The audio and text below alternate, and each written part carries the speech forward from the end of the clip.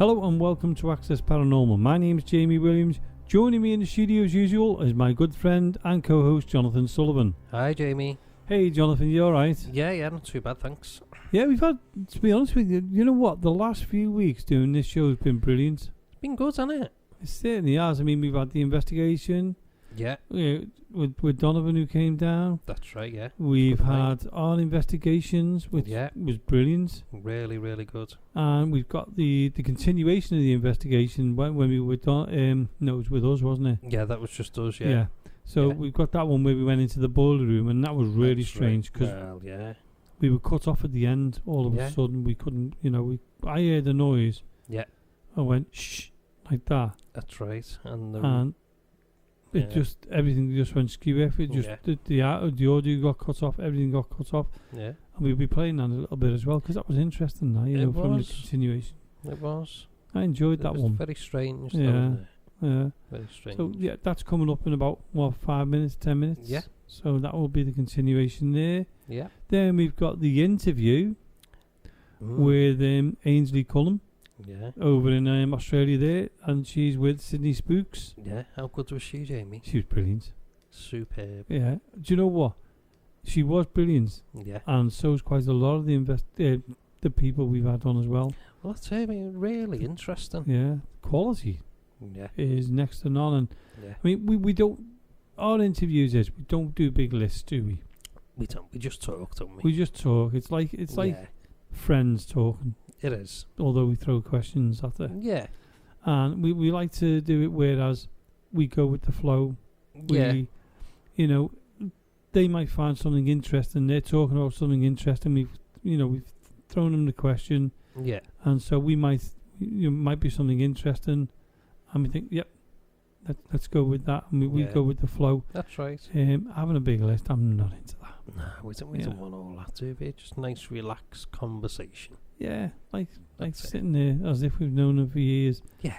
And to be honest with you, some of the ones we've spoken to, quite a few of them, you feel as if you have known them for years. Don't you just? Yeah, and we've had, and the way we do it, we've had some fantastic feedback as well. Yeah, we have.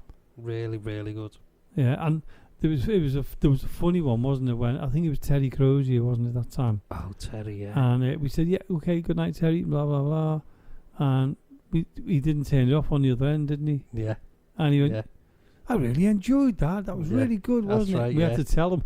It was still switched on. Yeah. It's a good job he didn't have users. That would have been what? Yeah. That's happened to us twice now. I know, it has. So it has. Yeah, I quite like that. Yeah, good. But it was nice to get that compliment, and we've had some good feedback on the shows anyway. Yeah, really good.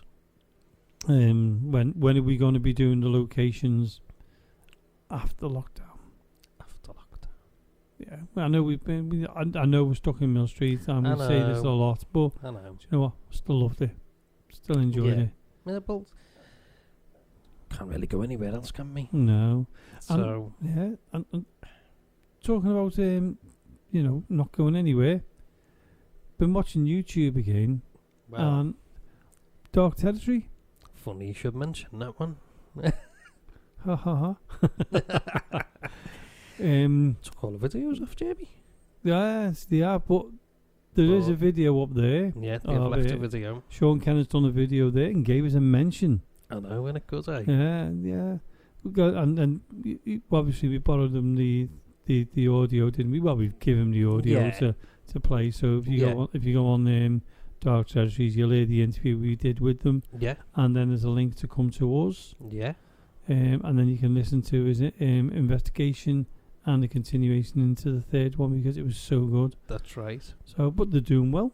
They are doing really well, aren't they? I mean, obviously, I'm not going to say nothing because I want them to do their moment, It is. But it was dead funny because I went to the end. You know where you have listen to the end of it, And what did he say? It was Access Northwest Radio, which is great because that's what we were on. That's the radio station, yeah. Yeah, and he went something like that.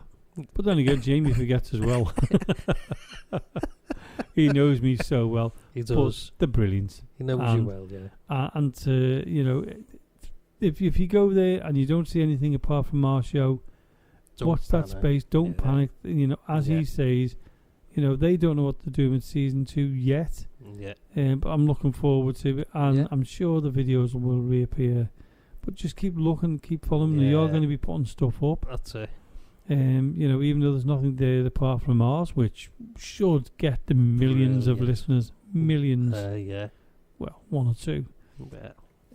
So, Sean, just watch that, mate, because there's going to be loads of listeners. Yeah. Because of us. If I don't forget. Yeah.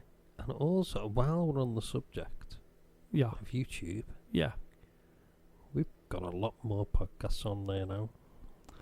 I thought you were going to tell me something exciting. No. We'll do it in a minute, though. I will do it in a minute. Yeah. Go on. Yeah, so I think we must have about 10, if not more now, uploaded to YouTube. So go along, have a listen, subscribe. And on the mention of YouTube, I was watching, I don't know whether you've seen it yet, the Paranormies. I haven't seen the last one. I've seen it. I thought I've got to watch that. You've not seen it, have you? No, because of work. Yeah. I tend to watch something and fall asleep, so I've not been able to watch it. But Paranormies, Johnny, if you're out there and you are listening to this, I'll have probably watched it by now. Yeah. Hangman's Church Part 2. Yeah. I looked at him, it was good. Oh, gotta watch that, Yeah, it's good. Got to say. Yeah. It was a very good beginner. I'm not gonna. You've not seen it, so I'm not gonna tell you too much. No, that's the one when the first part was where he was in the church, and he was sitting there, and his hat. Yeah, that's the one. Yeah. That's the one. Yeah. And part 2 does not disappoint, doesn't it? That's all I'm gonna say. I want to go there now. I know. Yeah, so do I. And it's in Canada. It is, yeah. So I'll tell you what he says at the very end. Run. No. Go on. They're never going to go back again. Really? Really. Right. I'd love to go there. We'd go back a few times, wouldn't we? Well, they dug into the history. Right. So, yeah. So you've got the history of the place as well? Yeah. That's all I'm going to say. I'll leave you to it. Just go and watch it. Paranormies, Hangman's Church, Part 2. Johnny and Jordan, please, if you're listening to this, if we come across to Canada, and we hope one day we will be able to, we'd like you to take us there. Yeah. I'd love to try. I'd love to do it. I'd love to go there. Yeah. Really would. And the same with Dark Territory. We'd love to come a place with you as well. Yeah, I'd love to. While we're on the subject, go on. Carl Hassel, Dark Arts. Yeah. If you're listening, we'd like to come with you as well. Yeah. In fact, if there's anybody out there, we'd like to come with you. That's just so we don't miss anyone else. It is, yeah. It is. Give them all a mention. And I am looking forward to the interview we did with Ainsley later on. Later on. Brilliant. Yeah. Really good. There's a funny part in it, isn't there? What she's got in the car, in the boot. Say no more, Jamie. I know. That is it. Leave it. It still tickles me now, but such a lovely lady, you know. Say no more. I know. It's near it's a very good part, isn't it? When you'll be getting arrested. In the boot. I know, and the listeners out there, honest to God, she's such a lovely person. She is. Very enthusiastic, like them all. So Jamie, I've never known anyone so enthusiastic. Me? No. No. I'm not saying nothing, but what she does, I know. That's enthusiasm. No, it's madness. Well, it is, yeah. I'm sorry, Ainsley. What you do is total madness. I mean, I'd be there. I'd do it, but I can't. Not on my own. I can't. Maria, I wouldn't be allowed. Do you know what would be good if we got the likes of Ainsley? If she came over here, Ainsley and Marie, to go and do an invest, and record it. Can you imagine? Do you know what? We're running away with ourselves here, aren't we? I know. It's totally insane, but it's great, isn't it? On the subject again of YouTube, that's it. Watch. Remember, I mentioned Franco and the Area 51 that he done. Yeah. Over in USA. He done a part 3. We're going to talk about that after the boiler room incidents. Okay. K2? The K2 there. Okay then. What we're going to do is we're going to go into the boiler room, because it's funny enough, we were having a look in there last night and we thought, we know what, we haven't done an investigation in there for a long, long time, so this is the opportunity we've got. The door's open, I haven't locked it, so should we go in there, Jonathan and Marie? Yeah. Hey, whoop, hey, that was close. That was close, wasn't it? What, did you nearly bang your head? You did. I wasn't concentrating as usual. So this is what we call a boiler room. As you come down the stairs in the cellar at Mill Street Barracks, right in front of you, you'll see a black door. If you go into the black door, you come into this boiler room. Now it's strange because, sorry about that, I had to get past a piece of wood. Well, a piece of wood what's holding the building up. Wow, Marie, your light's blinded me. Sorry. It's okay. What I was saying is, as you come into this room, as you open the door, inside the room there's a red table which has been here for years. And there's also a window, like an ordinary house window, isn't there? A double glazed window. And sadly that's had to be put in because people were starting to dismantle it to see what was on the other side, so we've had to put that in. And it's just a very, very dark room, isn't it? Are we going to sit down, or It's up to you. should we take a seat? Have you got a seat there, Marie? No, I'm standing. Oh yeah? Stand against you. Oh, yeah. Yeah. That's all right, Jonathan, we'll have to sit down. There's one behind you. On the table now. Sorry about the sounds, we've got to sit down. Do you know what? Before we start calling out in here, that James Anthony coming here with a candle and put my name on the table No, I can see. in wax. That's great, isn't it? I won't tell you what the other part of the drawing was, but I scraped it off. Oh yeah, remember that. Yeah, that's all right. I'll get him back one That's day. people's imagination. Yeah.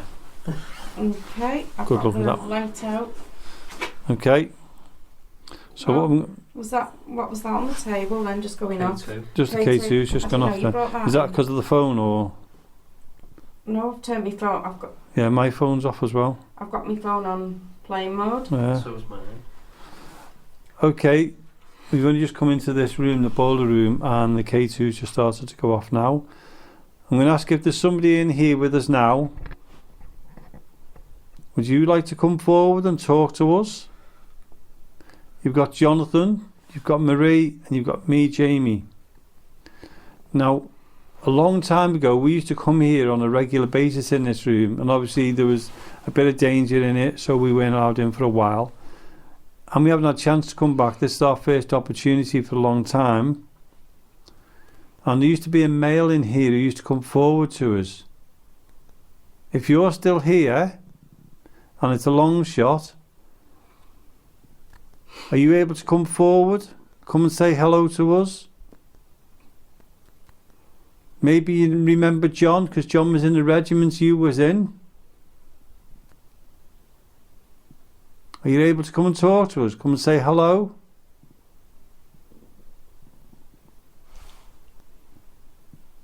Can you make the lights on the table flicker again? Because it was when we came in and sat down, you made them go off. Are you able to do it again? Is the door open? Can I shut that door over? Mm-hmm. Do you want to call that one? Do it, John. Yeah, Because we're getting the green light, you know, the exit lights and that. Okay. Come on, if you must remember us. We used to come in here all the time. Oh, I can't sit down now, can I? Yeah. Can you sit? I can now, thank you, Marie. I'm scuttling along there, so I'm sorry about that. Right, now, when you say it's pitch black in here, you could put your hand in front of your face and not see, could you? Sorry, Jonathan, do you want to continue? Yeah. Right, come on, there's someone in this room who used to communicate with all the time on a very regular basis. Used to be able to move the table. Used to light the K2 up. And used all your energies to let us know you were here. So can you do that again for us, please? Are you here with us now? You've got no light on at all, have you, Marie? No. Right, to your left, Mhm. my right, now I'm facing the double glazed window, and I've just seen twice now a little flicker of light. Well, I've got me back to it, so It's like a faded light, but you're getting like it's there again then. Why's your face lighting up, Marie? All of a sudden. Because I'm somewhat special, I don't know. Fair enough. I don't know why it's like that. No, 1 minute your face is there, the next minute it's gone again. Okay. I've got the big post. And it is completely dark in here. It is. Are you trying to show us that you're here? Are you able to do more? We're asking you to come forward, to come and talk to us. Okay, I'm going cold. I am seeing lights now. Where are you seeing the lights? Behind you. Right. Seriously, I'm going chills. I'm getting chills with this. It's okay. Me, do you want to come round here near me? I'll put me back towards it. Putting you back towards it. So I can see it all the way along. Yeah, these are, and I'm serious about this. These are like really nice lights as well. Okay. I've not seen these before. I'm going to ask you to come forward. Use our energies. Are you able to talk to us, or can you make it go brighter? If that's you using energy to show us that you're here, that's fantastic. The only way I can explain this, you just lit up again then, Marie. Aye. Yeah, on my life, you just lit up again, your face. Alright. But what I'm seeing, I've just seen one above us. What I'm seeing is, all I can explain is, you know the northern lights? Yes. Oh yeah. Think of the northern lights, but very, very faint. So it's like green, you blue. Yeah. But I'm seeing them, they're coming in waves. Wow, that on my life now, I've not seen this before. If that's you, I'm going to ask you and invite you to come forward towards us to show us you're here. If they're your lights and that's you trying to show yourself, please come forward. It's a good opportunity to talk to us. We're not here to harm you.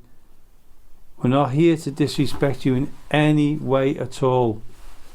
We're here as friends, friends of yours, friends of the building. We've got the greatest respect to you and of the building. I'm going to turn this light off so I can see more, because I'm getting a bit of a distraction with K2. Oh. I'm being distracted by the light, sorry. But what I'm seeing is like, some people call them spirit lights. Yeah. But the green and blue are good, aren't they? yeah. But it's good energy. I mean, I'm going to call them. I'll call them energy lights because I cannot think of any other word for them. But they're coming in like wisps. I'm going to ask you to do that again. If you can show me that you're there, and if you can show Jonathan and Jane by coming forward. Jane? Jane. Jane's not with us. Hold on. Do you know what? Why did I think of Jane Basnett then? Sorry, Jane. Wish she was with us. Yeah, she'd love this. Yeah. Well, actually, we've spoken to Jane. She's going to come down next time. What I'm going to do is I'm going to ask you to come forward and speak to Marie and Jonathan. If you can, please come forward. Can you make others see these lights? Can you make the other two see what I can see, please? I'm going to ask you to come forward again. Use our energies. Please do not be afraid of us. We're not here in any way to harm you. We want to communicate with you. We'd like to meet you. We'd like to see you. And tell your story. If we were allowed to tell your story, we would. If you could give us that opportunity to show people that you're still here, we'd love to do that for you. I'm seeing them lights quite often. Did you hear that? No. I did, yeah. That was from near the window. That's where I'm seeing the lights. That's where it's again. Can you... Moving towards us, quiet. Oh, wow.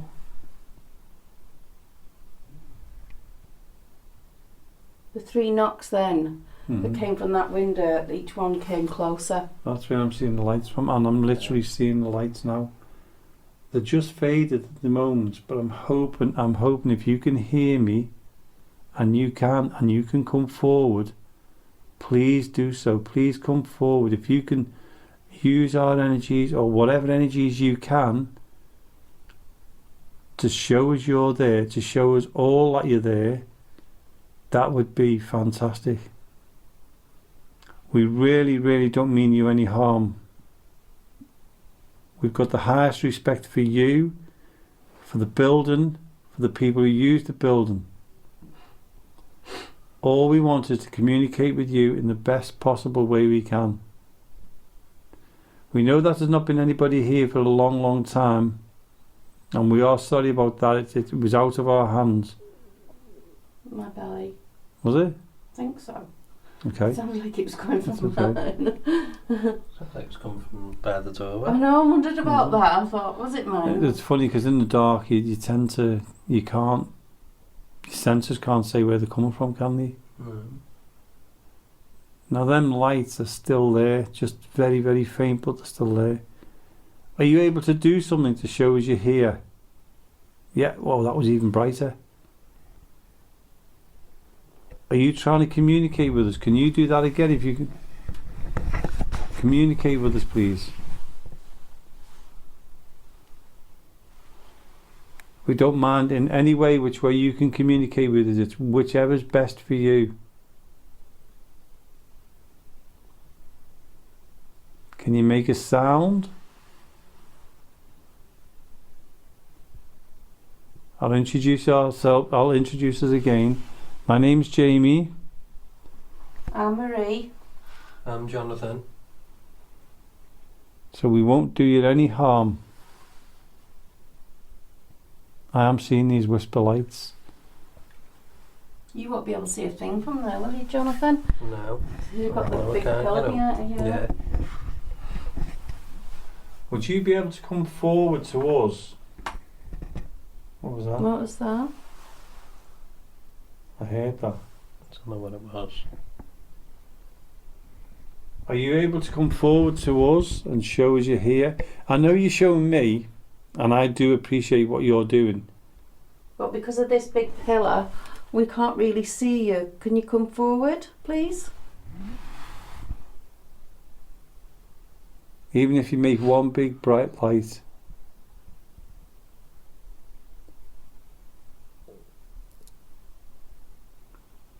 Seriously, if I could say the northern lights, it's like very, very, very faint northern lights. What I'm seeing, just little wisps of it.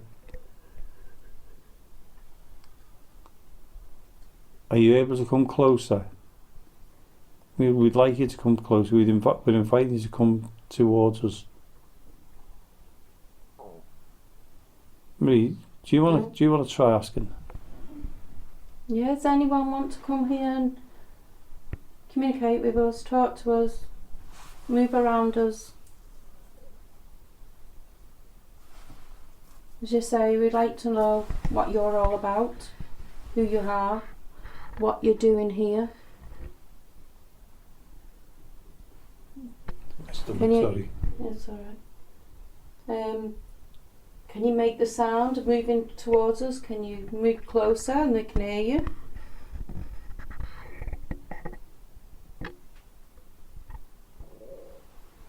And if possible, can you show us in light form?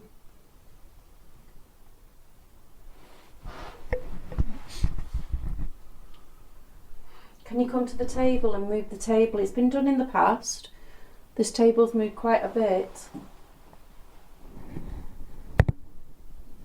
Can you push on it, sit on it, move along it, pass through it?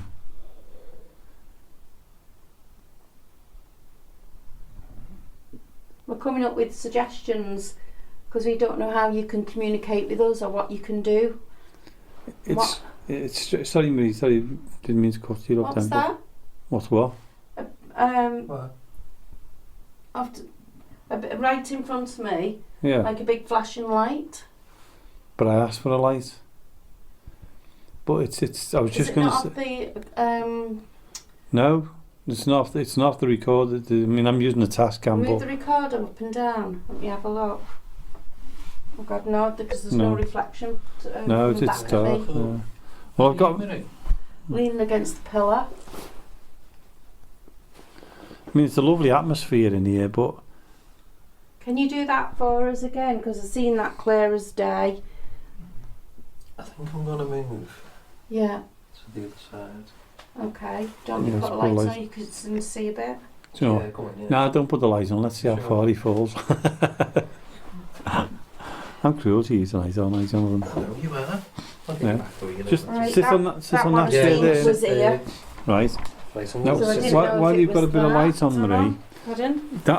Them lights I'm seeing are coming from the double glazed windows. From by the window, now I don't know whether it's on the other side of the double glazed or it's on this side. Yeah. And you can see yourself. It's absolutely pitch black in there. Yeah. But the light, it's like waves like that. You know, like Marie's turning the light off. It turns off itself. Oh, does it? It was like waves like that. You know, just like something's hovering and just moving gently. As if it's like just carefree. Them three noises that we heard, you heard the tapping noises, did you? It was like 1, 2, 3. That's how close it felt towards Right. me. So it was coming closer. Closer, yeah. Right, okay, Marie. Last time we were here, which was a while back.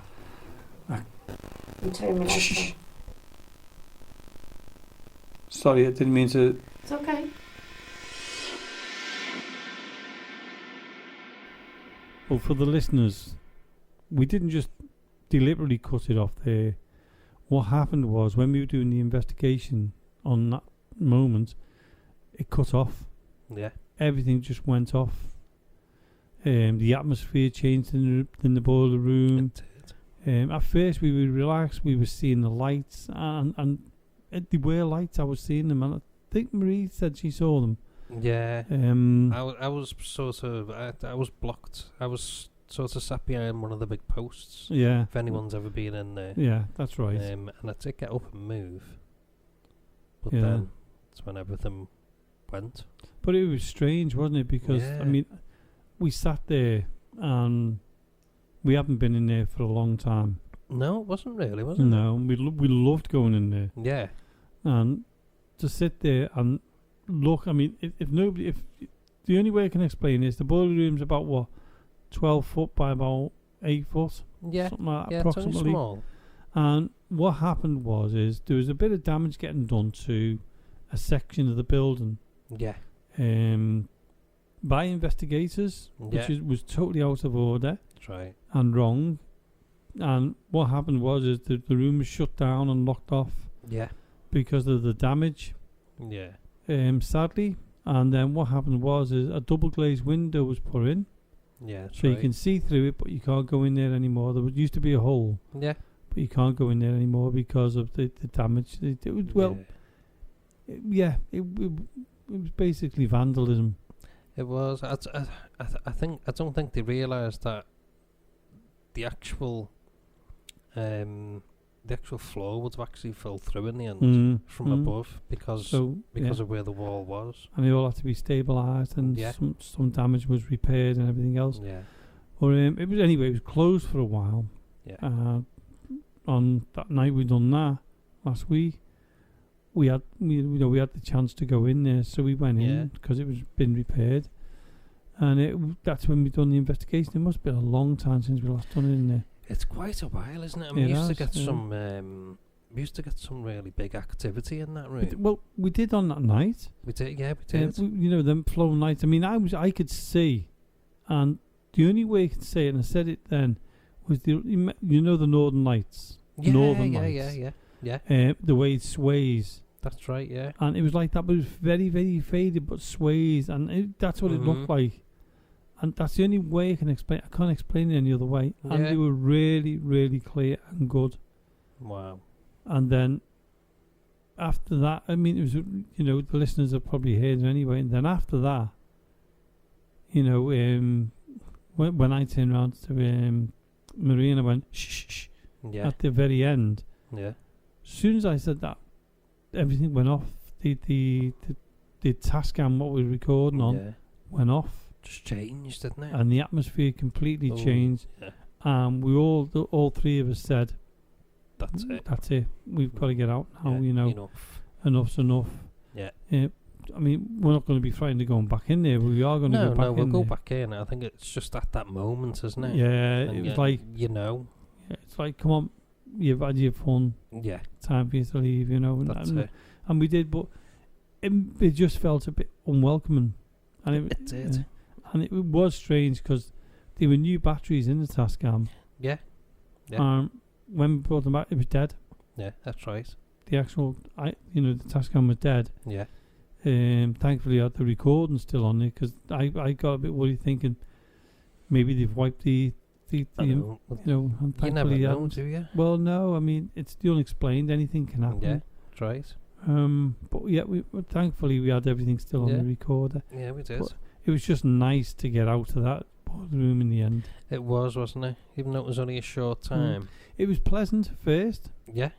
And I'm not going to say it wasn't. Then it was a little bit edgy. Then it was go. Yeah, it was out time. But the funniest one was we were all trying to get up the stairs first. I know. Except Marie.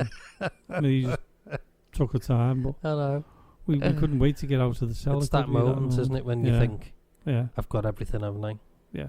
And then you realise, sometimes, when it wasn't that night, but sometimes when you realise there's something the other end of the cellar and we've left it. I've left the REM pod or I've left yeah, and it's like, Jonathan, you coming with us? That's the funny and it's part. Like, do you want to go and get that? No. It'll stay. And it's funny because we know this building like the back of our hands. I know. You try and find a light switch when you want one. No, you can't find one. I know. We know where they are. Yeah. But when you're under a little bit of a fear and a bit of panic, it's like, where's the light switch? I know. You can't find it. I'm good at that anyway. Or like you can switch it on and they all blow. Yeah, it tripped all the switch, didn't I? Hello, yeah. Well, that happened to me a couple of months back, didn't it? Where I went down into the cellar. You were on your own. I know, and then switch on. Everything went off, and I thought, got me torch. Yeah, it's on my phone. No. Phone was in the studio. I was in the cellar. Never mind. So, like, it felt like forever trying to get through there, you know. It's one of those everlasting hallways. Yeah, I was just like that. It's okay, it's only me, Jamie. You know who I am. You know I'm not going to hurt you. Now, I'm just going to go out and I'm going to leave you alone. You'll be fine. Everything's going to be fine. Yeah. For yous. I can just imagine it, though. Was it being bump, bump, bump? On the beams. Yeah, it's off the beams. No, I was doubled over. I was like crouched down because I thought, you know what? If I banged my head and knocked myself out. Hello. Can you imagine? It, wouldn't it? Yeah, I'd wake up. It'd be pitch black. No lights. And I'm lying on the floor. Yeah, surrounded by ghosts. I really don't want to think about that. I really don't. But do you know what? It didn't happen. No, it didn't. Yeah. But the strange thing was tonight, in here, the whistle. Do you know, so strange, wasn't it? Yeah. It was definitely in the hall, in the main hall. It was you could tell by the echo. Oh yeah, and it wasn't a whistle like. No, it wasn't. It wasn't like a what could I say? Human whistle. It wasn't a human whistle. No. It sounded like it was like someone was blowing a whistle. Yeah. But the Navy kind of whistle, you know them almost. Yeah, that's right. Yeah. Oh, but there was no one else. Yeah, Jamie.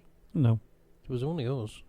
And we both looked at each other. And I mean, it was strange because we both looked at each other and we said, that's just come from the hallway. Yeah. And I think it was about 2 or 3 seconds long. It was, yeah. And we both opened the door, and the atmosphere in the hall was different. Oh God, yeah. And then what happened to your torch? Batteries. Near enough died. And so we were walking across the dark hall. I know it was bright when you first brought it. I know. And I mean, are they new? Got to ask, are they new batteries? Oh, they were, yeah. Yeah. So So whatever was there. Yeah. So I mean that was a good start, and we and if you listen to the end of this show, there's 10 minutes of a recording of what we've done. Yeah, that's right. Yes, because I mean that comes after Ainsley. Yeah. And what we've done is we just thought, you know what, let's throw 10 minutes investigation in, and we did. Yeah, because we've just thought we're going to do it because we had that whistle going, and we thought, well, it's them spirit of the moment, isn't it? Whistle goes, let's get going. Yeah, well, that's it. It's like kick off, that, isn't it? Whistle goes, and away we go. Hey. But no, it was good. Yeah, I like the spontaneous. Yeah, well, that's what it's all about, isn't it? I don't like it when you turn around and say, well, why don't you go in the cellar on your own? Yeah, and I'll stay in the hall. Say, well, why don't you? And the rest of it can't say that for the rest of it's just beeps. I know. Yeah. I don't swear anyway. I know you don't. Oh my word! You make me sound like a bad man. I'll never say that. Ever. Yeah, you would. No, I wouldn't. Yeah. Do you know who's coming on next week as well? Who? And I'm looking forward to. Go on. Jane Basner. Wow. She was going to come on this week, but she had the injection, didn't she? Yeah, so she's not. And to make it clear, that's the COVID injection. Yeah. Not the normal one. So that'll be really nice to get Jane here. And I'm hoping Marie comes as well. I know. And then what we're going to do is throw them down into the cellar. Yeah. Throw them into the deep end and we'll stay up here. Yeah. So, do you know what? It's come to that moment now. Oh, yeah. Because we'll talk. I know. Let's go across to the, is it Ainsley? Ainsley Cullen. Sydney over Spooks. There in Australia. Yeah. So, Jonathan, we've got Ainsley on the line now. Ainsley Cullen, who's from Sydney Spooks. So, Ainsley, hello. Hi, how are you? We're fine, thanks very much. How are you? I'm very well, thank you. Good. So, Ainsley, you're into the paranormal, and it's Ainsley in Wonderland. Jonathan's written down Ainsley in Wonderland. So, you call Sydney Spooks, so obviously you're from the Sydney area. That's right, yes. Now, while it's on my mind, Ainsley, before we go into the interview, I was talking to someone on the phone a little bit earlier on called Emma Flood, and she asked me to ask you. We'll have to start with this now because it's in my head. Have you ever done a paranormal investigation at the Manly Quarantine in Sydney? I have, yes. So this is one of our most haunted locations in Sydney. I've been there a few times now. And I never leave without really good evidence. It's incredible. Everyone should go there. Wow, brilliant! Well, tell you what, let's start with that. What kind of things did you get over there in the quarantine place? Oh, there's so much history there. So obviously people died from the illnesses. You have someone on the grounds who was a murderer. We suspect there were actually a few people who were murdered there. You have people who have committed suicide. So it's just teeming with energy and activity. The shower rooms are particularly creepy, especially if you go in and it's pitch black. People will often be touched or you'll hear noises, things like this. There was a really horrible man. I think he was the caretaker, and because there's cottages all around for, the staff and what have you. Mm-hmm. And he was also, unfortunately, a pedophile. So he would molest some of the children and also murdered some people as well. So you've got all this sort of nastiness and just the simple, tragedy of all the sickness and death and all that sort of thing. So, it's pretty incredible. Yeah. And the girl was telling me her name is Emma Flood, and she's a paranormal investigator, and she was saying that she's done it. And it's a place where they used to bring before people came into Sydney, was it, that they were quarantined in there? Is that exactly right? Yeah. That's exactly right. Yeah. And I'm sorry I throw that on you there, but she mentioned it to me. So while it was in my head, I had to get it in there. And he had it wrote down. That's okay. Yeah. So Ainsley, tell us a little bit about your Sydney Spooks and how you came about. About Sydney Spooks? Please, yeah. Yeah. Okay. So look, I've always been very, very spiritual. I've always seen spirits. I think my probably earliest memories were from the time I was about 2. Of seeing spirits at home. Now, I'm originally from Perth, and and I lived in a brand new house. The land was brand new, so the house wasn't haunted as such, but I've always seemed to, for some reason, attract these things.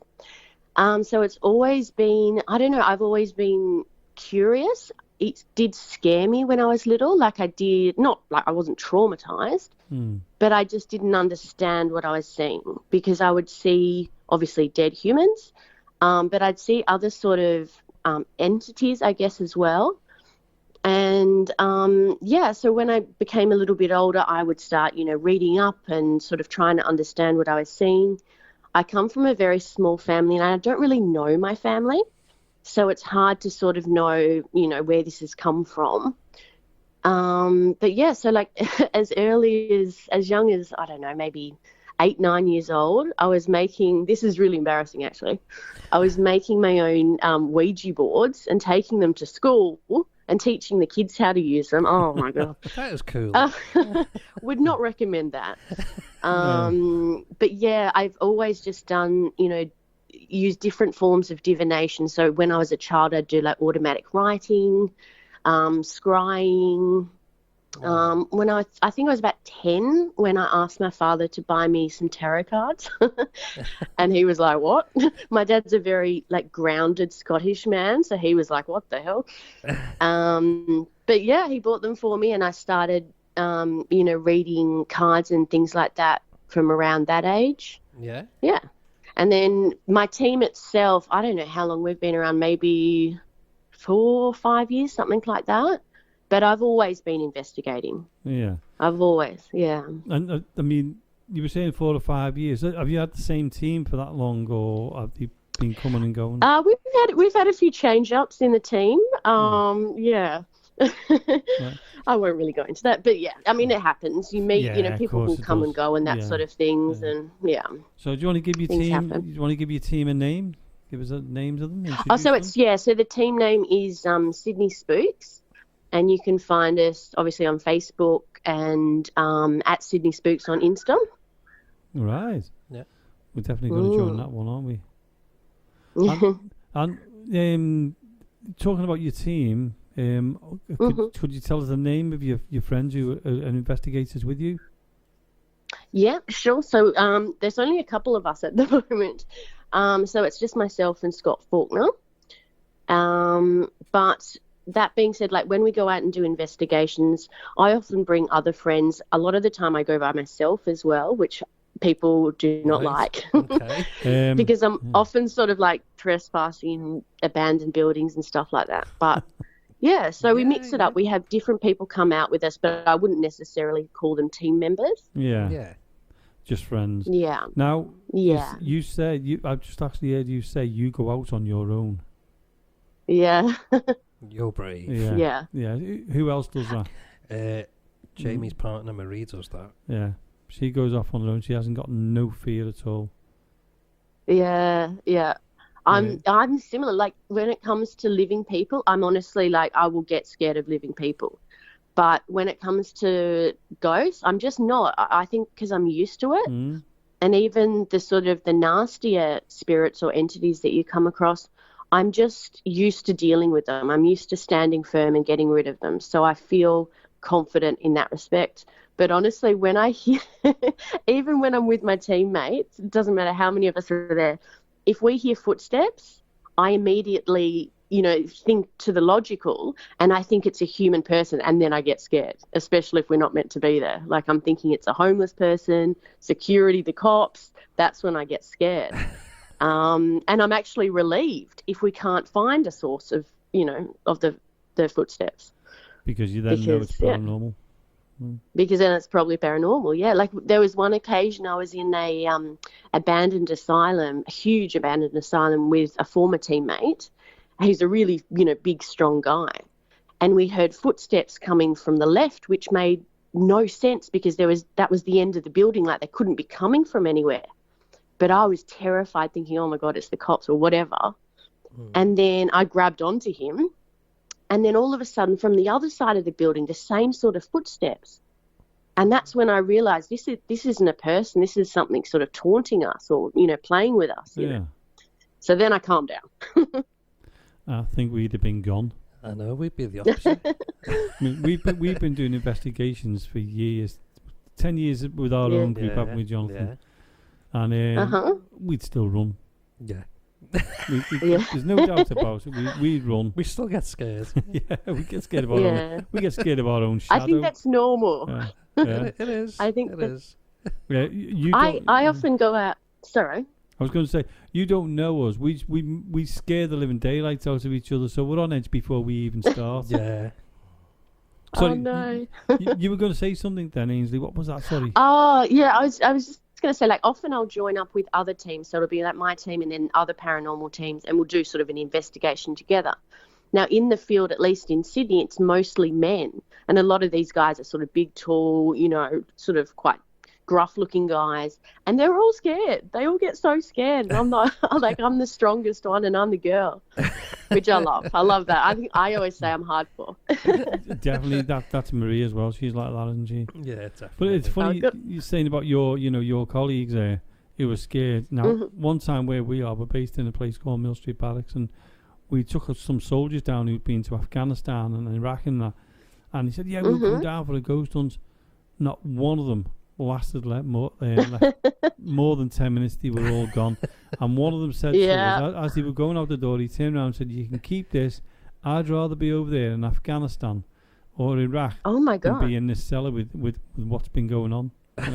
They were gone. That's when you know it's bad. Yeah. Yeah. It was dead funny because like these were big soldiers who were saying, "Yeah, we'll come down. We'll, and they were gone." Jeez, wow. You wouldn't expect that. But doesn't it show you, Ainsley, how people are affected? It doesn't matter how strong you are, who you are, or anything like that. The paranormal affects everyone. Absolutely, yeah. So you obviously you're in Sydney. Have you travelled around Australia, or have you stayed local in Sydney? I know there's the lockdown at the moment, and that's caused a lot of problems right across the world. But do you go around Sydney, or do you go outside of Sydney? I definitely go outside of Sydney. My team, when it was a little bit bigger, there were 4 of us who went to Victoria, to a very, very haunted location. I would highly recommend everyone go. It's called Ararat Asylum. That was brilliant. And then just a couple of weekends ago, I went by myself to supposedly Australia's most haunted homestead, which is called Monte Cristo, and it's about a 5-6 hour drive outside of Sydney. I travel around heaps. I went to Geelong, to a prison there. Yeah, it's fun. It's fun to travel and do this sort of thing, On your own? Well, with others or by myself. Like, occasionally I'll go by myself, but most of the time it's with other people, yeah. Right, and when you go on your own, I've got to ask, when you go on your own, do you actually go into these haunted locations and walk around in the dark on your own? Yeah, that's the fun of it. That's the point. It is, yeah. I take my hat off to her. I really do. That is the point, though. Yeah. Now, when you're on your own, don't you find, though, I mean, obviously you're getting the investigation, you're getting the evidence for yourself, but do you find it hard to explain that to other people and say what's happened to you? Or do you think it's a lot easier now than what it was? I'm not sure if I completely understand the question, but I find a lot of the time I go out by myself because, and this is probably quite arrogant. I feel like, okay, no one's going to mess up my investigation. I'm going to go in there. I'm quite intuitive too. I've got some psychic ability. So I'll go in, nothing's been contaminated. There's no other energies other than the building, myself, and potentially the spirits. So I can conduct my investigations properly and then I can come home and, with the evidence that I have that I feel, is potentially paranormal. Right. And Jonathan was saying that you do EVPs, and for any listeners, it's electronic, oh my God, voice phenomenon. I forgot about that then. Yep. And he was saying that you got a really good EVP. I'm actually very, very lucky when it comes to EVPs. I mean, like if you look on my Insta page, it's kind of remarkable. There was sort of a theory that Rosemary Ellen Guiley put out there, and she said that people who have psychic ability, particularly mediumship ability, will receive far more EVPs, will receive far better responses with the spirit boxes than those without those abilities. And initially I was sort of thinking, well, how does that really... But I'm looking at my own work, and I do sort of look at other people's as well, and I feel that I get a lot more evidence in that sense. So I do wonder if they're sort of drawn to people like myself. I don't know. I could be wrong. But also, when you're on your own, I don't know what's the same with you. When you're on your own, you tend to pick up a lot more than when you're with your group of people. You tend to not be as fearful. I know it sounds daft because we got the fear of them, except you. And but when you've got like 5 or 6 people, you tend to sit back, the spirits. But when you're on your own, you tend to come forward more, because the more like us, if you're sitting in a room with a group of people, you're watching them, checking them out, judging them in a way, and then you get the confidence to come forward. And that must be the same with the spirits. So when you're on your own, Ainsley, that must be the way it happens. I don't know whether you think the same. Yeah. Well, do you know what? I don't think I've ever even considered that, and I think that's a really interesting theory, and it may well be true. It makes sense to me. Yeah. Especially, like sort of a female who's obviously, I can introduce myself, I'm friendly. If you go in with that sort of attitude as well by yourself, it's not, intimidating, is it? No. It, yeah. And I mean, you get if you give them respect, I'm sure, 99% of the time they'll give you the respect back. If you go in there with all guns blazing, like if I came into your house and said, "Oh, make me a drink," or "Do this and do that," you get your back up, don't you? Whereas if you go in and go, "Hi, I'm Jamie. Nice to meet you, Ainsley," blah blah blah, you're bound to say, "Do you want a cup of tea or do you want a drink?" Absolutely. So absolutely. I mean, that's a silly way of explaining it, but if you understand what I mean, if you go in nice, surely they'll approach you better, because they're thinking, "Oh, these people are okay," or "This person's okay." Yeah, I completely agree with that. And it makes me really upset, when I've seen other supposed investigators sort of go in screaming and shouting and demanding evidence. And I just think, we're dealing with dead people, dead human beings. Yeah. And, we need to be compassionate and empathic and that sort of thing. So I completely agree. Do you know what? I agree 100% there. Give them respect, and they'll probably give you respect back. It's like absolutely. It's like in the real world, isn't it? You don't go. You become defensive. So they're going to be the same. When you go into these investigations, do you do the history of the place first, or you just go in there, do your investigation, and then do the history? Check the history afterwards. That is a really, really good question, and it's quite contentious amongst investigators. Look, I'm a little bit. I don't know if lazy's the word, but I tend to just go in. So if there's, let's say, someone lets me know, okay, there's an abandoned place out here, we think it's haunted, I'm sort of like, okay, say no more, and I go in and I see what I get, and then I might do a bit of digging. The places that are kind of famous, like Quarantine Station, like your friend spoke to you about, everyone in Sydney sort of knows the history. But I do sort of like to go in blind, I guess, and because I do have intuition and I am a sensitive, I like to go in and really feel and sense what I can, and then see if that can be validated by what I find from later research, if that makes sense.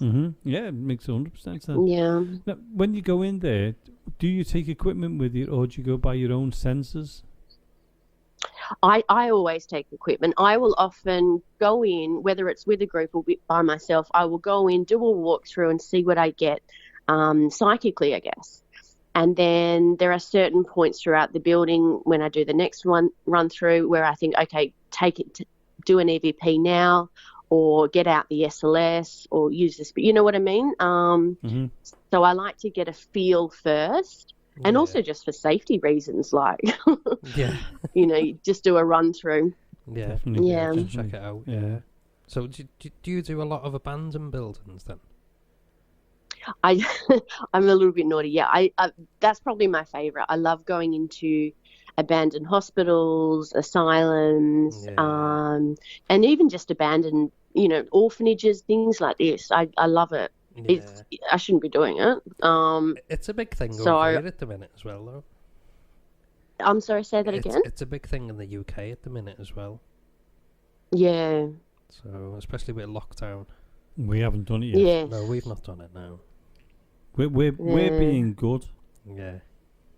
But Ainsley, we're lucky. I mean, where our studio is, we're actually in a haunted building.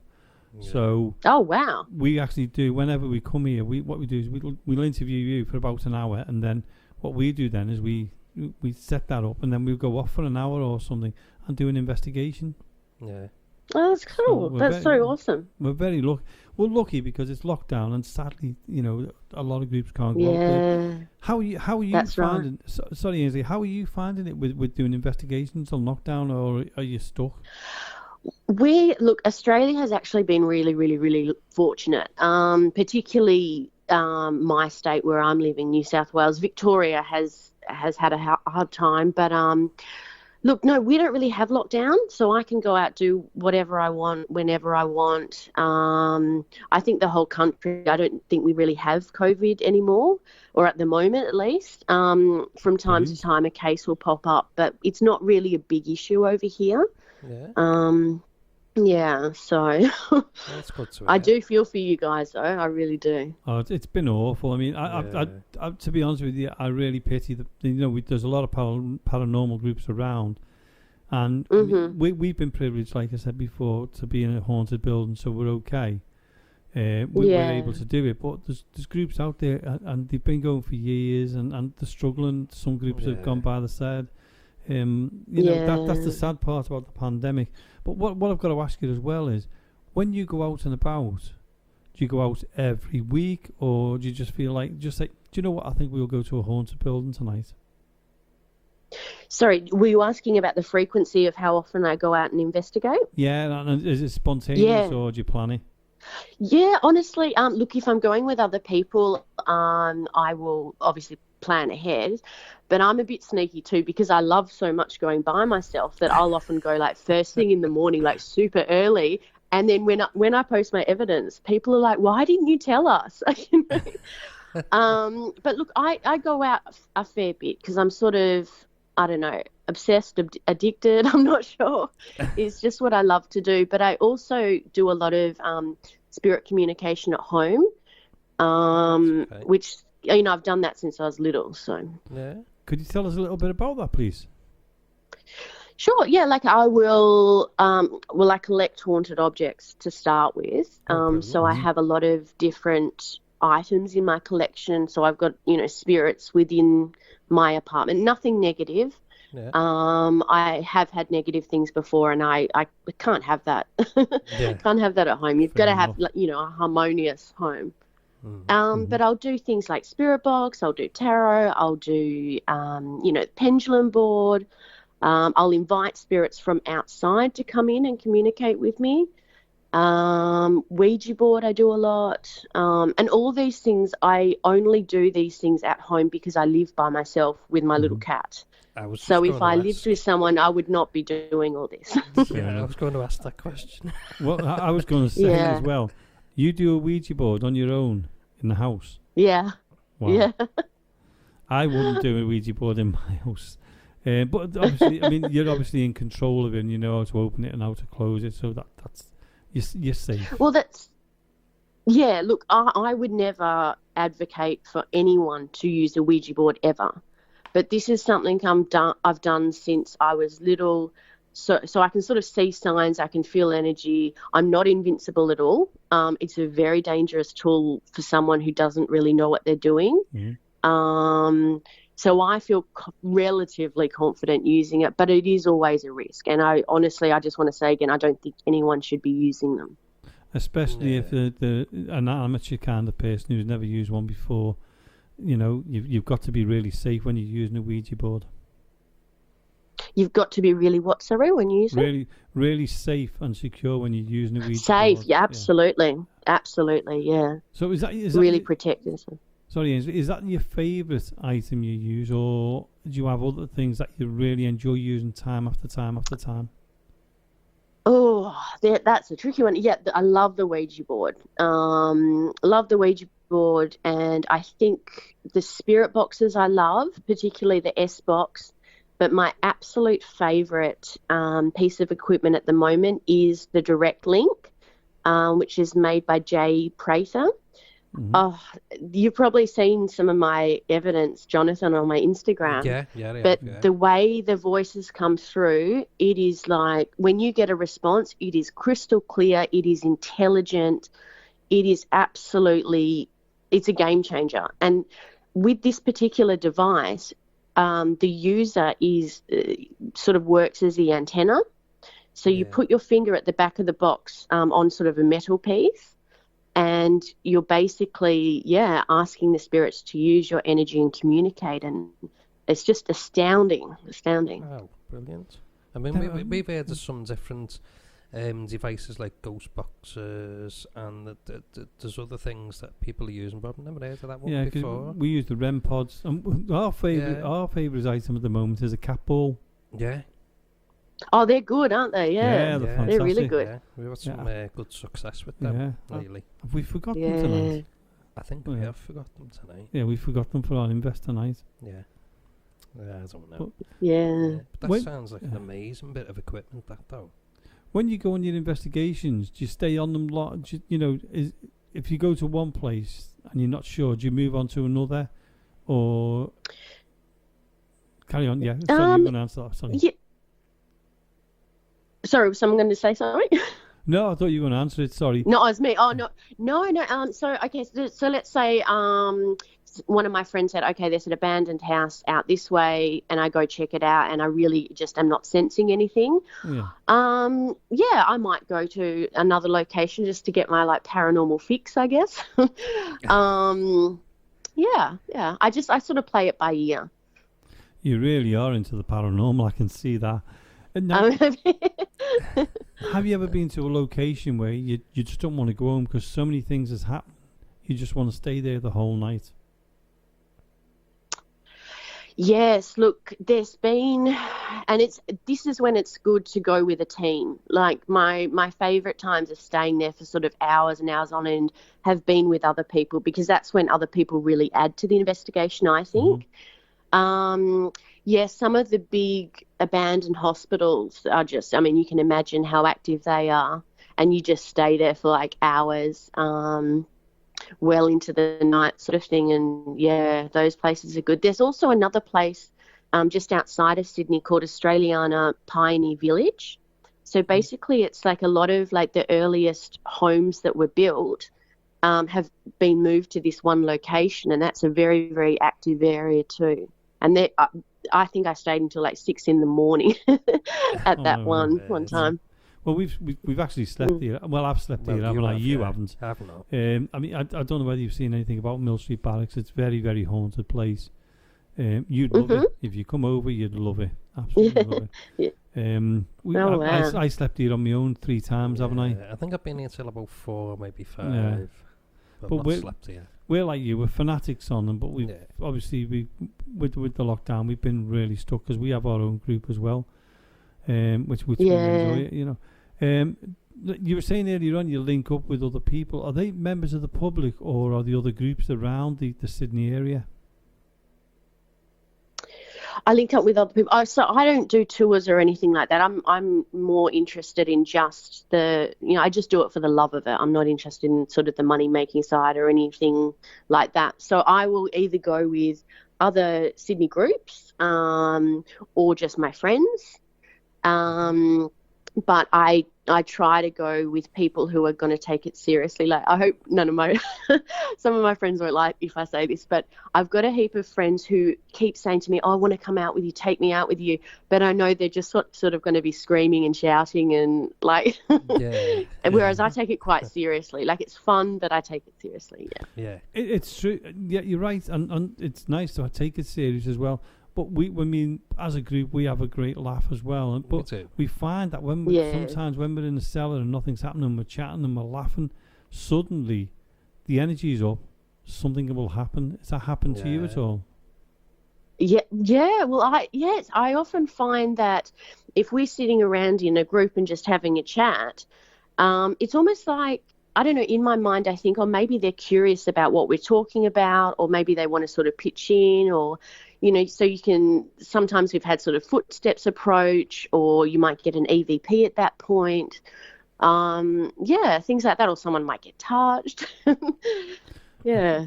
That's a strange one when you get touched by something and there's no explanation for it. It is. Yeah.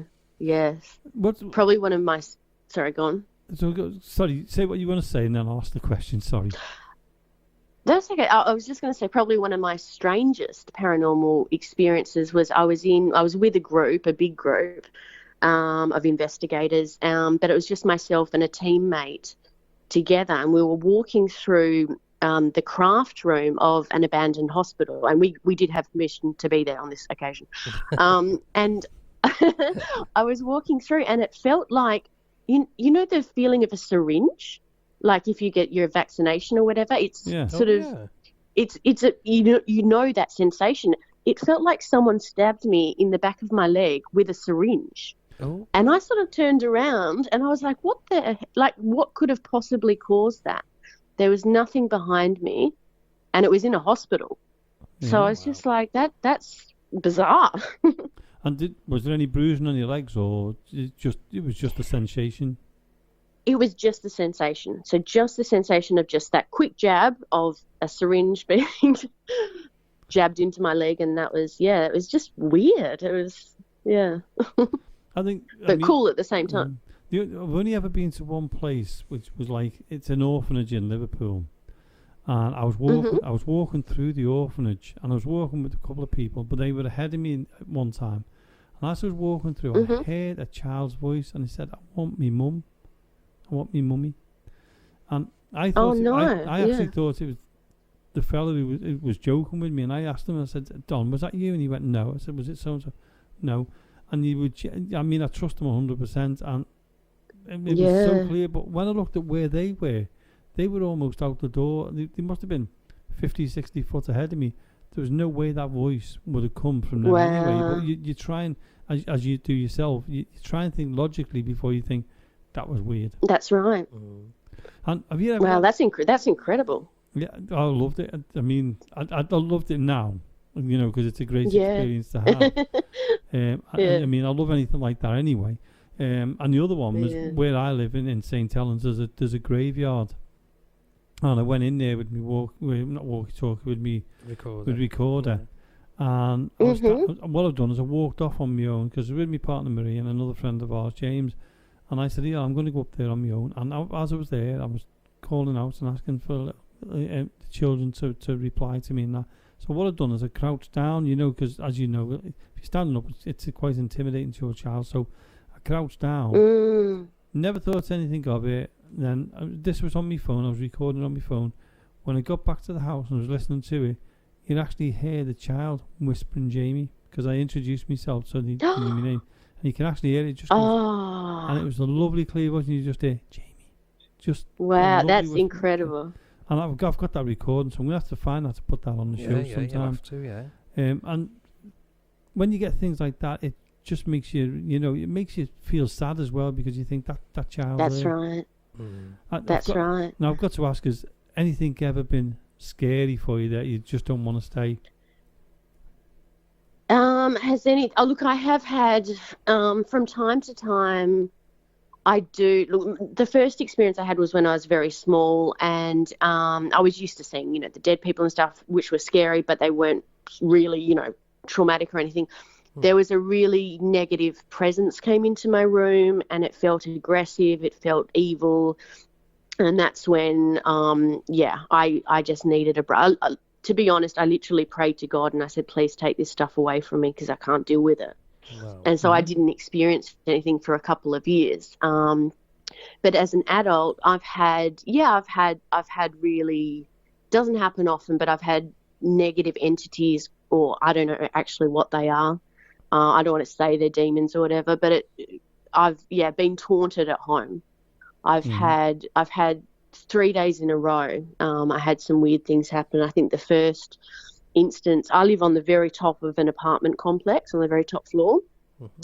At about 3 a.m., 3:15, you hear the footsteps, yeah, but there's nothing. So when a living person is walking, you hear footsteps. There were no footsteps, but there were 3 knocks on my front door and a very gruff male say, "Hey," like that. And I was like, what the hell? And no footsteps again. So there was no one out there.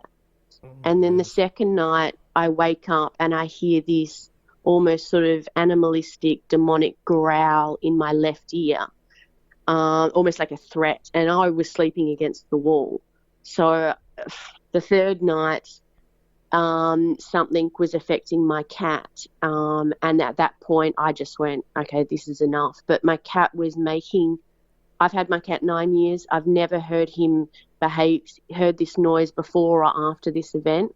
But it was like he was crying or howling and making these horrible noises. And that's when I'm like, right, this thing's got to go. So, yeah. I was going to say, so did you do something to get rid of it? Yeah. Yeah. As soon as it hurt my cat, like dealing with me is one thing, but you don't hurt my cat. Exactly. So, yeah. So what I did was I got out a spirit box and I had it sort of running for maybe 3 minutes while I got sage and a big saucepan and what have you. And I just intuitively knew, because there was nothing coming through the spirit box, like literally nothing, not even radio. And I intuitively knew that as soon as I lit that sage, something was going to come through the spirit box. And as soon as I lit it, please forgive my language here, but it said, am I allowed to swear? Is that okay? That's fine. Yeah. Yeah. So it screams, "Don't fuck with," like this sort of guttural growling voice. Mm-hmm. And I just, kept saying, stood my ground, sage, you've got to get out of my house. This is my house. Get out. And it was sort of making threats like, coming for you, I'm behind you, things like that. And eventually I just cleared it out. But yeah, you just got to stand your ground and get it out. Like, you can't have something like that in your house. And your cat was fine after that, yeah? Yeah, absolutely. Yeah, if anything touches my cat, they're out. I've got to ask about your cat as well now you brought it into it, because animals do sense a lot of things. And I mean, we've seen them on YouTube with animals, Does your cat, when you're doing your Ouija board or when you're doing your other stuff, does your cat actually react at all? There's actually been occasions where I've been doing experiments. I was doing one with a friend who lives in El Salvador recently. We were doing an experiment, and my cat will chime in. So he'll be like meowing that he didn't like, whatever was going on or the entity or whatever. I also have the spirits that I have at home with my haunted objects. A lot of them are children, and they will sort of play with him, and you can see him sort of interact. But yeah, he doesn't like certain things. So the spirit box, for example, could just be the noise, but whenever I pull that out, he'll run away. Because he knows. Cats know, don't they? Any animal knows. Yeah. Yeah, absolutely. Going back to what you do in your house, I mean, what do your neighbours think?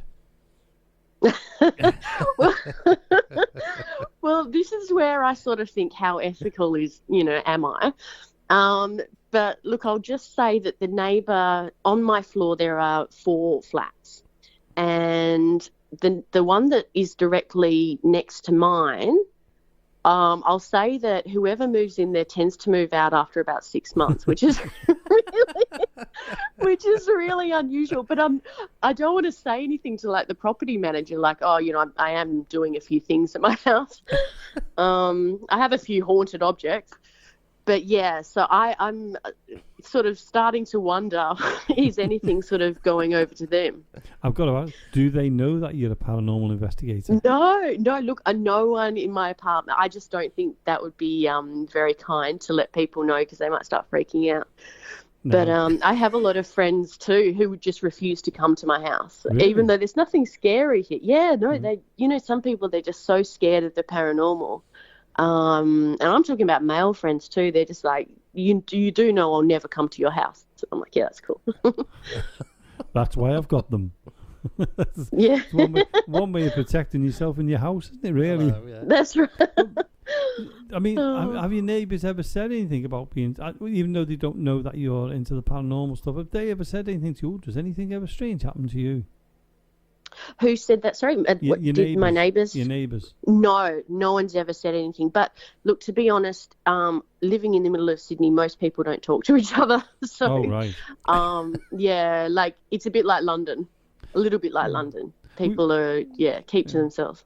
Well, we found recently other people we've interviewed actually do paranormal investigations in the daytime. Now, we were talking to two girls, would you believe, from America, wasn't it? Michigan, America. Yeah. They do not do investigations in the dark. They only do them in the day. Do you do them in the day as well as the night? I prefer doing them in the day, but that's just because I'm a morning person. Right. So when in the past, like I've done a team event, like we've organised, it'll be a nighttime because most people would like to do it at night and you can sense more and it's a bit more sort of spooky and what have you. Yeah. But I prefer going during the day, yeah.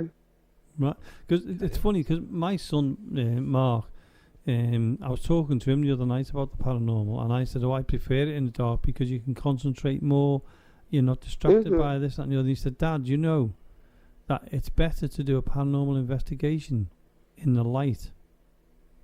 Now, he did explain it to me, but it was one of those explanations that I can't explain, if you get what I mean. Yeah. Because he explained it so well, I was going, huh?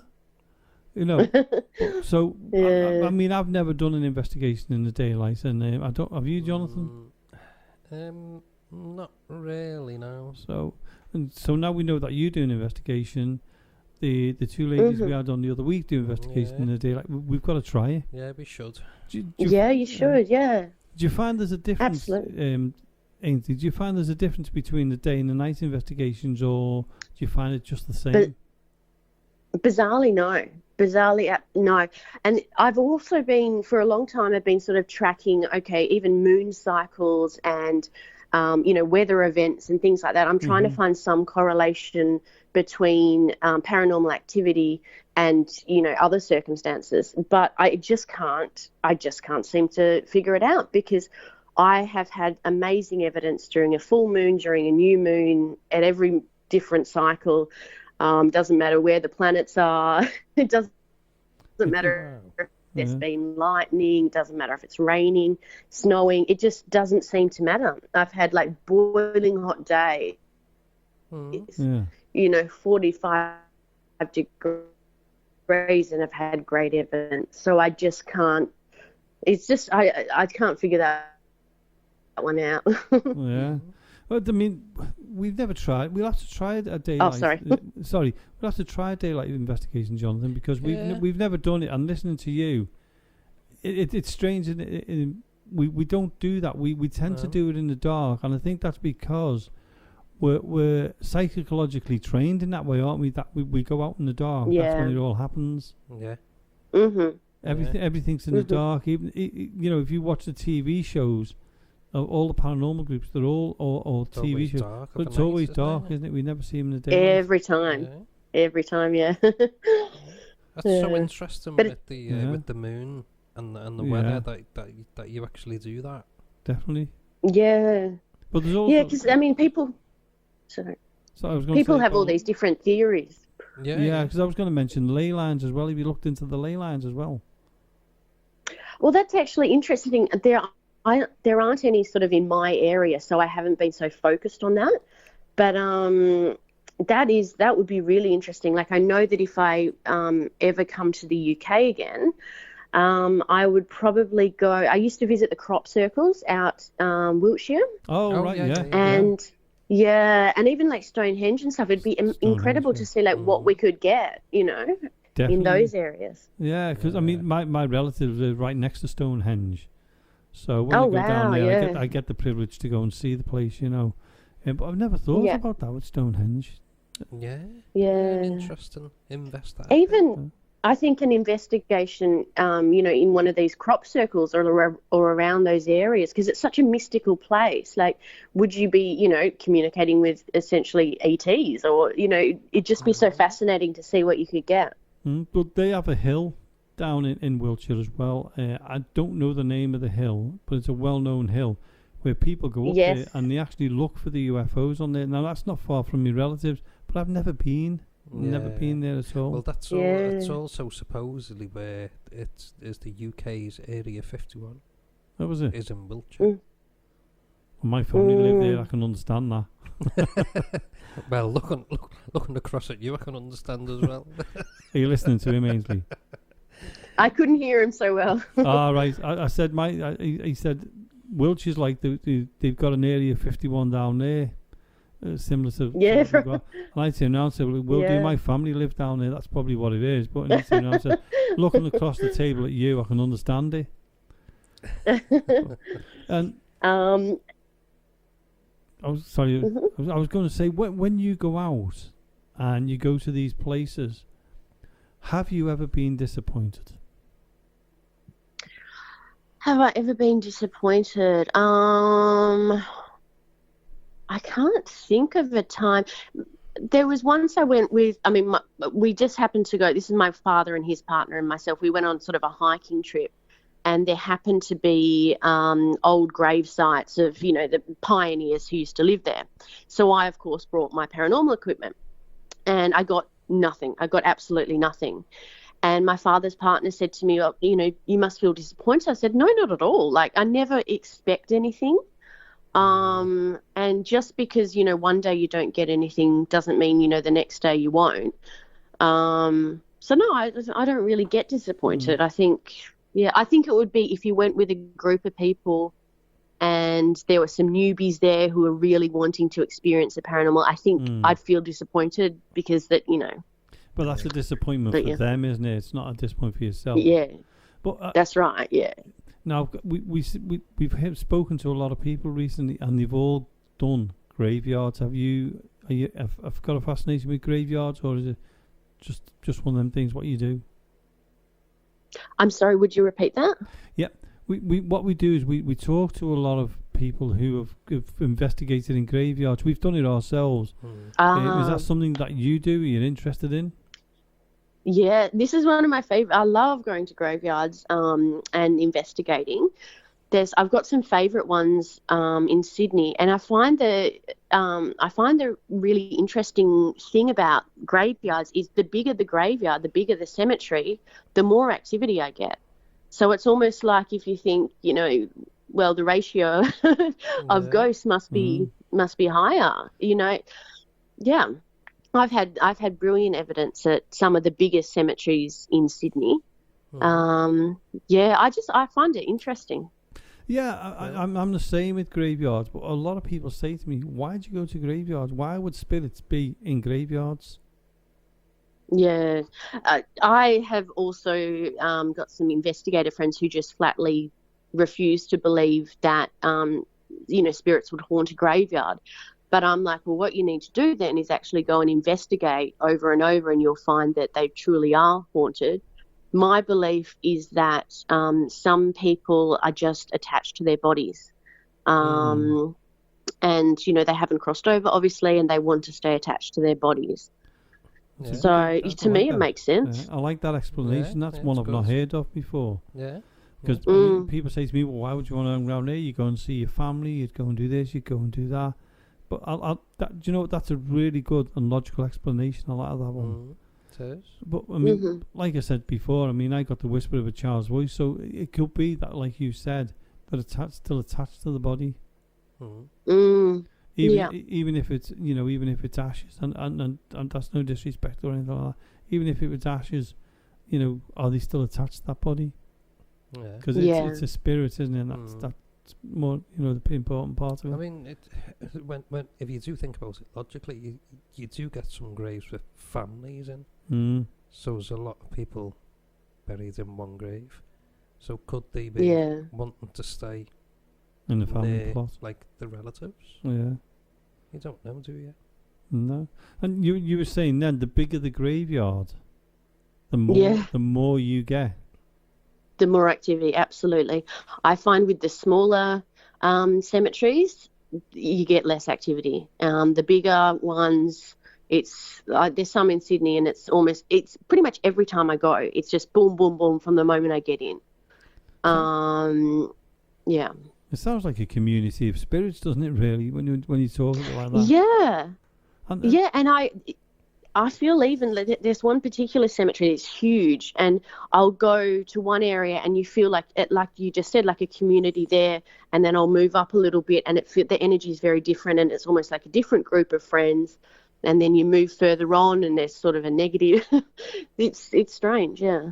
And do you ever get them coming to you? If you're walking along just normally, you're not doing an investigation, you're just relaxed. Do you ever get the spirits coming to you and saying, "Hey, I'm here"? Yeah. I feel like I often sense them around me, not just in graveyards or cemeteries, but other places too. I'll often feel like, oh, hang on, something's trying to get my attention, or something standing to my left, or someone, I should say. Yeah, because I don't know if they recognise the sort of the work that we do, or if they, I don't know. Yeah. And do you ever get dragged to not dragged, but guided? That's a better word. Guided to a graveyard, or guided to a location that you didn't even think about going to, and for some reason or other you're guided there and you just turn up there. I definitely feel inspired occasionally, sort of out of the blue, to go to certain locations. Yeah. And whether that's me, maybe I heard about it years ago and in the back of my mind and I suddenly remember, or whether it's sort of something more, spiritual than that, I don't know. But yeah. The reason why I asked that is because we was talking to two people who said they actually, their investigations, they actually get guided to the locations. They don't say we're going here or we're going there. They said they're guided there, and that's when they do their investigations, which is an interesting way of looking at things. Really. Wow. Yeah. Well, so like they'll get in the car and then they'll just go, from there. Yeah. Wow, that is incredible. Yeah, I've never had that. I've got to say, I've never had that. I can't even find my way home. I'd never do it. So when you go out and about and everything else, do you take a lot of equipment? I know you take some equipment. Do you take a lot of equipment with you, or do you go light? Look, honestly, if you looked in the boot of my car, I should probably take some of the haunted objects out, actually, because I do drive my friends around. But yeah, look, it's packed with equipment, batteries, everything. And I just kind of, I'm always ready to go, sort of thing. I've always got stuff in my car. That sounds like a plan there. Yeah. A paranormal shop. I know. Don't ever get pulled by the police and you say, "What have you got in the boot?" Do you know I worry about that so often, because you know the big cases we have, like those heavy duty black, they're really designed for guns. Yeah. I'm like, oh God, if I get pulled over and try and explain that. Yeah, exactly right. And what's this 200-year-old doll, doing in your car? And why have you got bolt cutters? Why have you got bolt cutters? Why do I have? Do I? Did I mention that? Well, I might have heard it. It might have been something else. Allegedly. Yeah. I guess there are so many uses for those that could be for anything. Yeah. I think we'll leave that one there. Yeah, I think so. Yeah. So I'm baffled on the good bolt cutters. You've got them. I'm not doing. Let me just say, I'm not doing anything too naughty. I'm just doing things that are, slightly probably shouldn't be in this location, but I'm not doing anything really bad. No. And I'm very respectful. The bolt cutters are for your own safety. Well, that's just one of the purposes. Quite right, yeah. Technically, yeah. I like your style, Ainsley. I like your style. So do I. Yeah. To be honest with you, I've got to say, you're the only paranormal investigator I've ever known to take a pair of bolt cutters with you. This is bad. This is very bad for me. It's not. It's not. It's funny. Talking about the funny side, because we'll have to finish in a moment. But tell us something that's been really funny on your investigation, because I love hearing the serious side, but I also like to hear the funny side.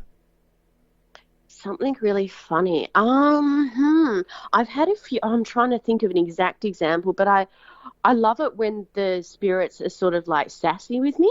Like I'll ask a question and they'll say, you know, you answer, or you know, they'll sort of have a comeback for me. And I'm like, oh, I love that, because if I was a ghost, that's how I'd be. That's I like that. Do you know what? I've always thought about this. If I was a ghost, what would I do? Yeah. I don't know. I think I'd visit my family first, but then I'd play tricks on them all. Yeah. Because it's a must, isn't it? It's one of those things. It's a must do. It is. But yeah. When are you next out? Do you know, I'm really not sure, like, because we're having it's been a bizarre summer over here. Like, it's been almost constantly raining. So that sort of puts a dampener, so to speak, on things. Tonight I was meant to go to a Skywatch group, which is where we go out and we look for UFOs. So wow. Just to add to the weirdness. Yeah. But yeah, I don't know. I'm not quite sure. Yeah, hopefully soon. I'm sure soon. I was going to say, guarantee now after this that you'll think, you know what, I think I'll go out tonight. Yeah. Because we're the same. We're the same. Yeah. Would you like to, have you got, sorry, I know you said it early on, but have you got a Facebook page, a website or anything like that? So there's no website, but the Facebook group is Sydney Spooks. And my Instagram is @SydneySpooks. Yeah. Fantastic. And all I can say to you, Ainsley, is you are one brave lady. Yeah, definitely. Thank you. You're even braver that you take bolt cutters with you. I'm probably going to get some phone calls after this. Oh my god. Well, we're going to talk about it after, Jonathan. We're going to have to buy a set. We are. Oh no. Yeah. Put them in the back of the car ready. Yeah. But, Ainsley, it's been an absolute pleasure talking to you tonight. And would you please come back on again? Yeah, absolutely. Thank you so much for having me on. And if you do, it's been really fun. Oh, loved it. This is where we love the laid back kind of interviews. What we'd like you to do is, if you can, is if you go out on an investigation and you want to record it and you want to send it to us, we would love to put it on the show for you as well. Oh, sure. Yeah, no worries. Yep.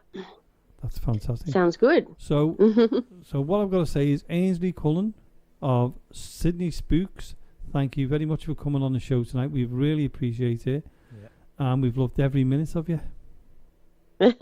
Thank you so much. It was heaps of fun. You're welcome. Thank you. You're welcome. Thank you. All right. Bye. Didn't that interview go quick then with Ainsley? It was good, wasn't it?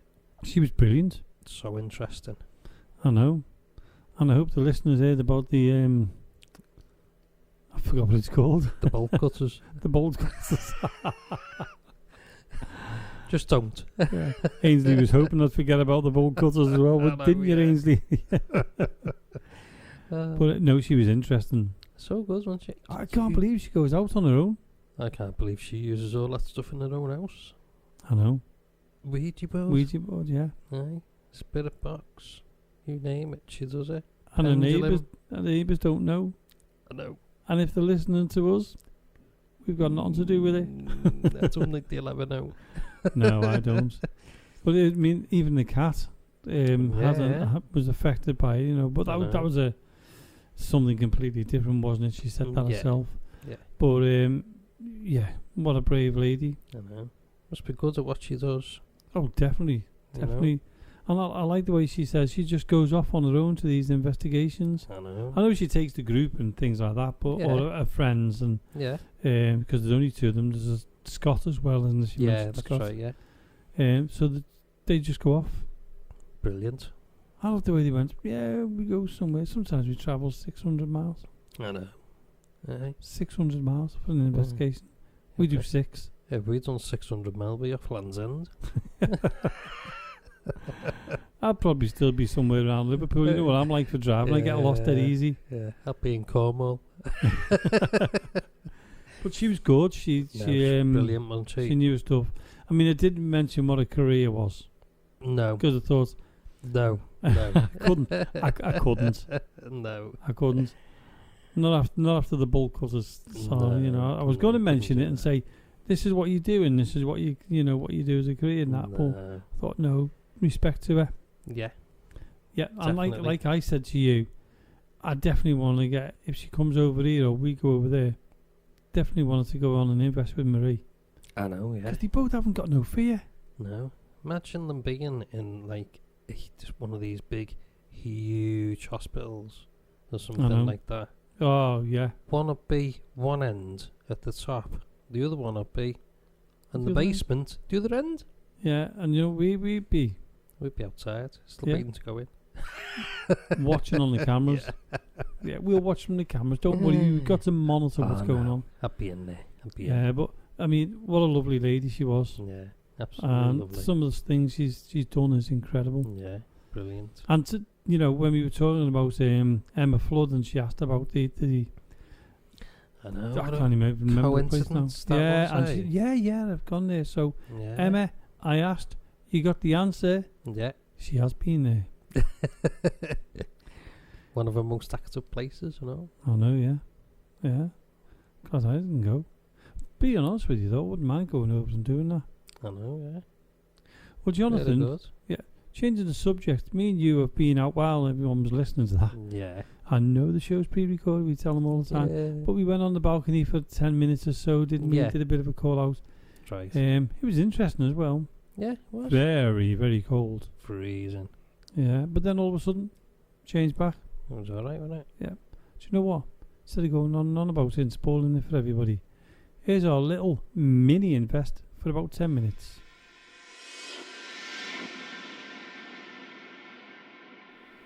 Well, we've decided to come out onto the balcony near the studio just for 10 minutes, just for the end of the show, and to do a little mini investigation. So, I'm going to ask if there's anybody here with us now. Can you let yourself be known? Can you talk to us? There's only me and Jonathan here, and we really don't mean you any harm or anything like that. We just want to talk to you, get to know you if you can. Are you able to make a sound?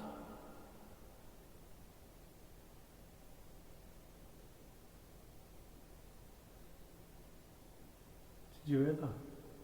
I heard something then, yeah. Can you whistle?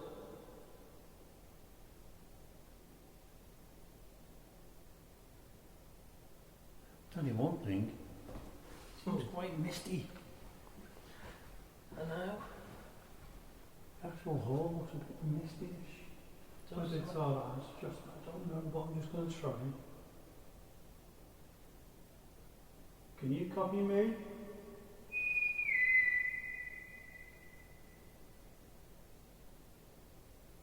Did you hear it? No. Can you copy me?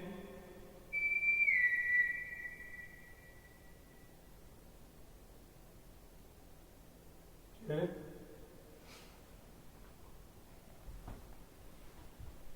I'm going to do it again, okay? Can you copy me? Did you hear it? And again.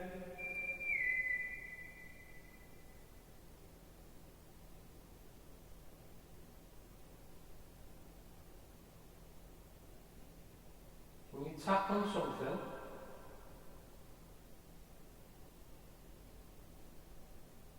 I can hear the blackbird. So I'm debating whether, when I was whistling, the blackbird was singing. Yeah. So yeah, we'll class that as a bird singing. Oh, I just walked into the chair. Come on, come here, your footsteps. Show us where you are.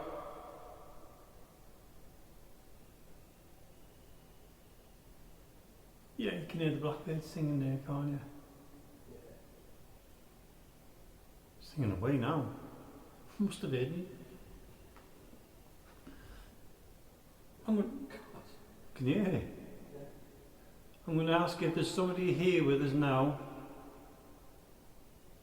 If you can hear me, or see Jonathan. It's just the two of us. Come forward, come and talk to us. We don't mean you any harm at all. We just want to be here as your friend or friends.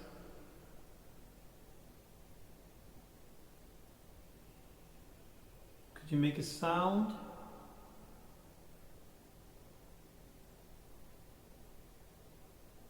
You're able to walk on the floor, let us see you, make a shadow.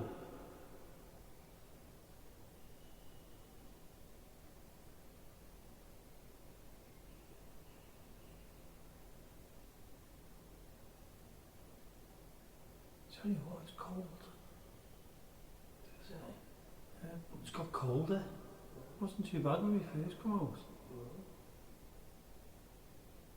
Can you walk up the stairs?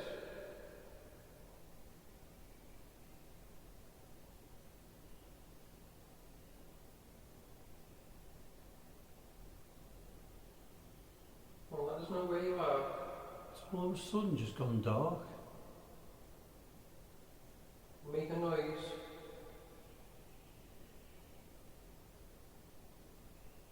Jonathan, Yeah. you know when I said me a shadow? Yeah. All of a sudden, near you it went really, really dark. I seen the darkness coming, it just went down, you know, it's dark. Right.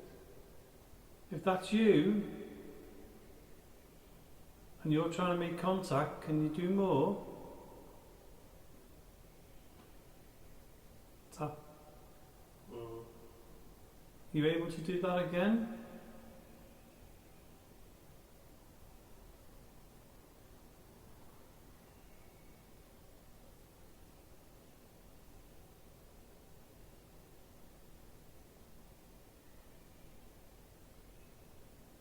Could you please let us know you're here?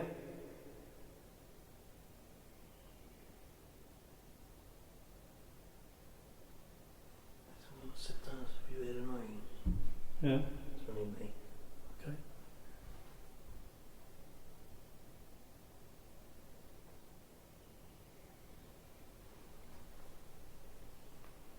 Don't know about you, but it's getting cold. Not just in the light. There are no cars around. You would have heard. Yeah.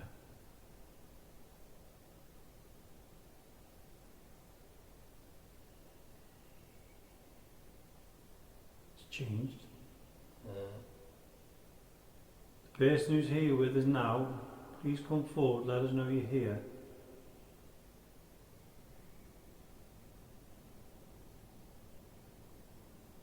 You've got me and you've got Jonathan. Can you tell us your name?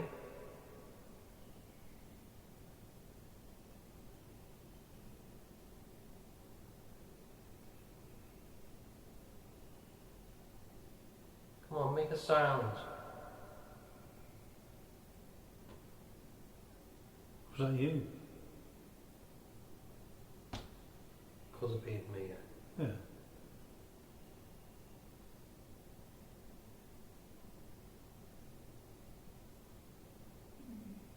Sorry.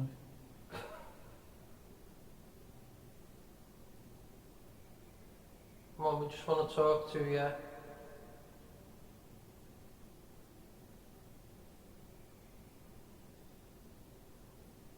Come and sit down with us.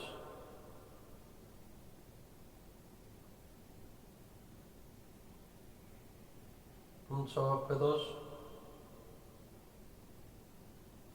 Tell us why you're here.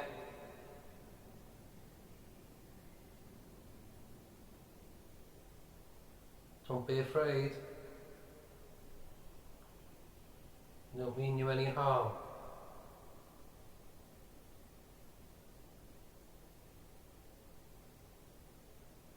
come forward?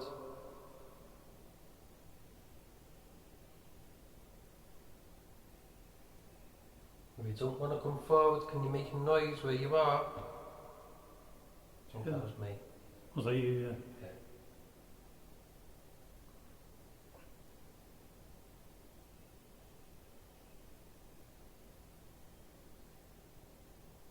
Can you show yourself in light form?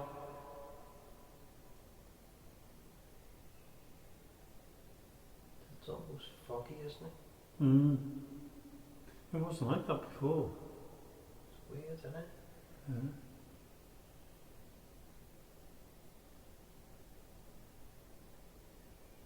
It's cold. Freezing. If you're in the main hall or the dance hall, can you come forward, please? Because you let us know you're here.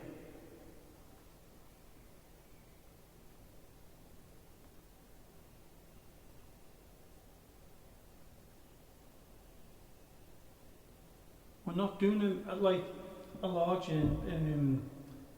catch up with you tonight. What we're doing is just in a little bit, so it's your chance to come and talk to us.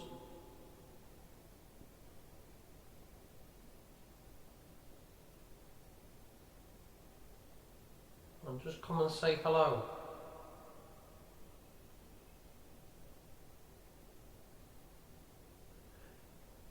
Do you remember that time when we were up here? We had to walking from down the corridor there right the way across and stopped in front of us. Yeah. Turned and walked back again. Yeah. And there's no pipes or anything there. That's right. Because we queried it all, didn't we? Yeah. Yeah, 'cause we thought there could be pipes under the floor. Mm. And there's Come on, let us know you're here.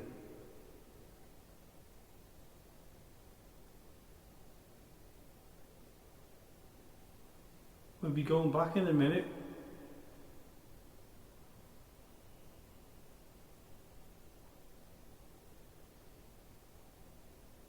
Come on, do something to let us know where you are. Let us know you're here.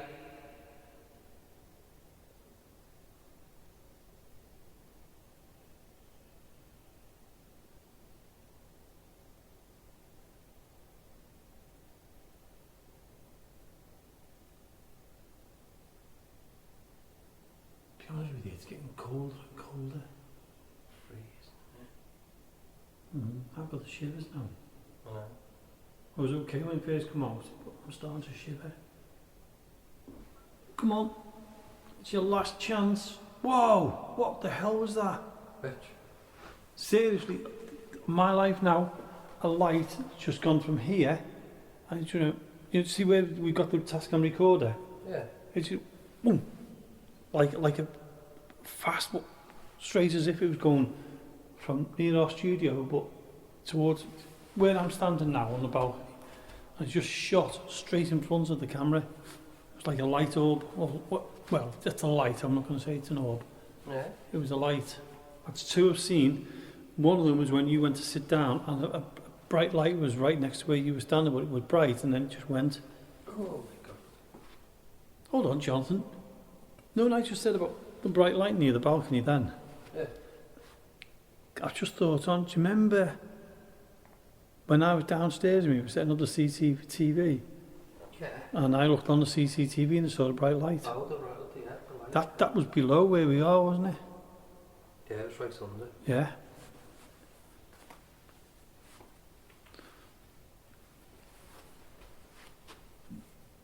Jonathan, was that door open or closed down the corridor? Closed. Ah, was it? That's okay, because I didn't look before. I thought you were going to say it's open. No. No, at least I know it was closed. Oh. Yeah, it was closed. Are you able to tell us your name? That's me walking, just check the stick light.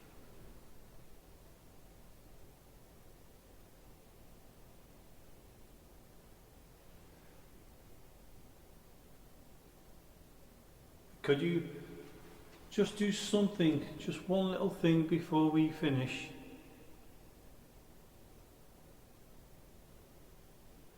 I know we're asking and we're asking and asking, you know, and I know that there's going to be more people coming in soon once. What was that then? Hello. Did you hear it? Yeah. What did you hear like it? It was like something like Tap. yeah, but a couple together. Yeah. That was you, thank you. What we're going to do is we're going to go back into the studio now Yeah. and finish this week's show. And if you did try, we appreciate it and we thank you for that. And we'll be back again next week anyway. But thank you for trying if you did. And if that was you giving us the lights, thank you for that as well. Well, Jonathan, I think that's the shortest invest we've done, isn't it? I know it is, isn't it? Do you know what? Before we go off the recording, Yeah. that temperature's fine now. I'm not shivering, I'm not cold or anything. I've just realised now it's not as cold. Yeah. But And for a minute there, it was absolutely freezing. can I just say something else as well? Yeah. The mist has gone. It's dead clear. You know what you like? That is strange.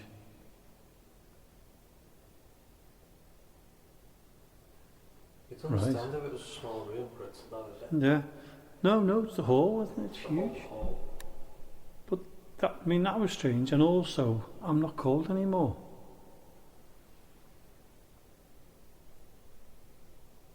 Okay, thank you for trying. Yeah, thank you. And I think it's now time to go back into the studio and get some warmth where the heater is. I know, yeah. So let's go.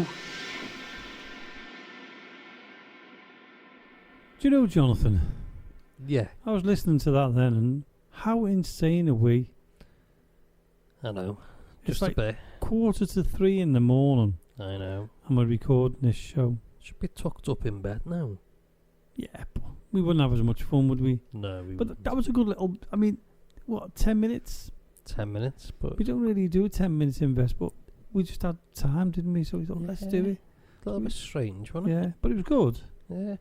Yeah. There was a few unusual things. Whether it was paranormal or not, I don't know. But I know. I know I did see two lights. You seen the one lights, of them, didn't one of them flew from like near the studio door, you? Yeah. straight across to where the task cam was, and Yeah. then gone. Strange, isn't it? I can't explain it. It could have been just my eyes. It's that time in the morning. You start getting tired. Could have been that. It was foggy though. Yeah, How no. can it be foggy inside? I haven't got a clue. One, I'm not a weatherman, and two, I'm not a paranormal weatherman. Strange. It was. I mean, we did see it was kind of a foggy, but then it cleared. It did. It's as if it was That's never the there. strangest thing. Yeah. So I mean, things like that do make you think. Yeah, they do. You They know. do. So you've got to think of everything. Yeah, You got to think of everything, haven't you you? have. And there's a few little noises. But you know what? Before we go, because we've only got Go a few on. minutes now. You were earlier on in the show mentioned Franco, Yeah. and I cut you off to go into the invest, didn't I? That's right, yeah. Well, the invest or the meeting, but what was Yeah. it you were saying? On YouTube, a fella called Franco, Mm-hmm. he's been doing Area 51, abandoned places over in America. Really good little series. 3 parts to it. Yeah. Part 3 was put out a couple of days ago. Watch that. Really, really good. Really, really strange. It really is. So I've got a few things to watch now. You know. Paranormies, Yeah. Return to the Hangman's Place. Yeah. And Area 52, Franco. Yeah, that's the one. Yeah. And I'm sure there was something else I told you to watch as well. Yeah, but that's not for this show. Yeah. Yeah, there's no. I'm not watching SpongeBob. I've told you I've grown up now. I'm Still still, good, though. I'm still on Peppa Pig. I'm not even got to SpongeBob yet. Paranormal Peppa Pig. Yeah. Do you know what? If they actually done something like that, we'd actually watch it, wouldn't we? Anything with ghosts in it, you'll watch.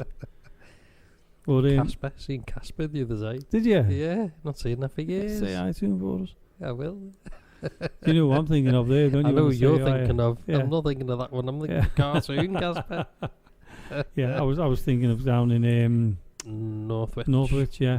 When you Kai. said Casper, Kai Robinson. Yeah. Do you know what? I'm going to have to get hold of Kai and get him on. You will? Because he's one of the most interesting people as well, isn't he? He knows his stuff, doesn't he? Yeah, he does. Yeah. And if you're listening, Kai, it's, we will have to get in touch with you. We haven't seen you for a while. Yeah. And you're knocked down again. It's not helped at all. It hasn't, has it? No.